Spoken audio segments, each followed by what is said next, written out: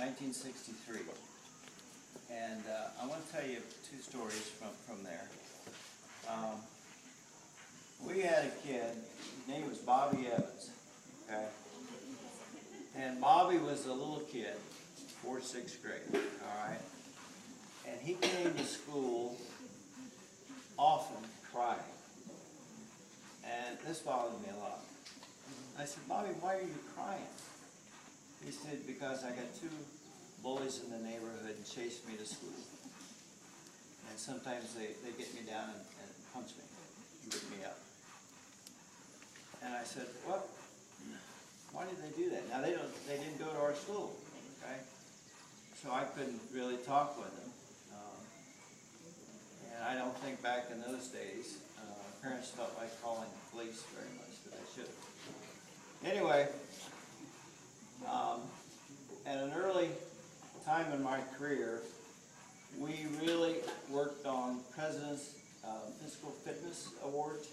I don't know if you remember that or not, but years ago they used to award a lot of patches for being in shape. And one of the things was a 600-yard run, and another one was pull-ups and push-ups, sit-ups. And so we started doing that a lot, okay? And this kid, Bobby, was pretty interested in, Coach, can you give me some water or something? He was interested in becoming stronger. I said, Bobby, that's going to help you.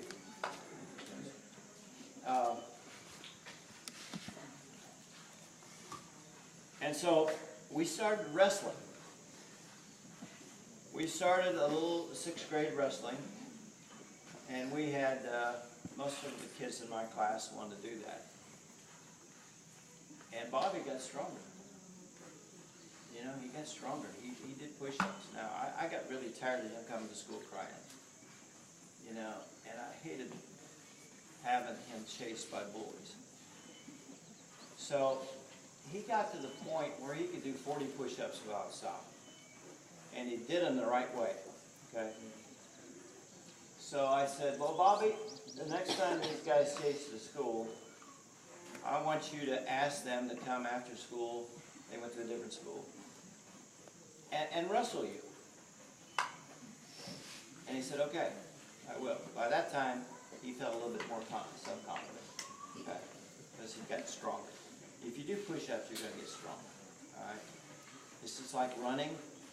The more running you do, you're going to get better. Same way with push-ups and these other things. So when Bobby, as he was being chased one day by these guys, he said, why don't you come to school tomorrow afternoon and wrestle me? Well, they couldn't believe it. You know, for some reason they hated it, you know. Bobby was a smart kid. He wore glasses, he played the piano. He was a lot different than the bullies. And so they came. Those 2 guys came after school and they were salivating. They couldn't wait to wrestle Bobby, okay, on the mats. And like I say, we wrestled 3 or 4 nights a week. And so they came, and Bobby just destroyed him. I mean, he pinned him, and he pinned him so easily because he was so much stronger. And then they wanted to try it again, and he did the same thing. He pinned him. That was the end of his crime. That was the end of their bullying, okay? So I guess the lesson to me is, hey, you got to stand up for yourself, number 1. And number 2, you got to do the things you got to do so you don't get picked on. All right? Last summer, this particular class that I taught had their 40th high school graduation. And they invited me to come kind of as a special guest. And so we were all in this nice dining room, and Bobby came up, and he got on the floor and started to push up. I couldn't believe it. He did 40 as a 57, 58-year-old.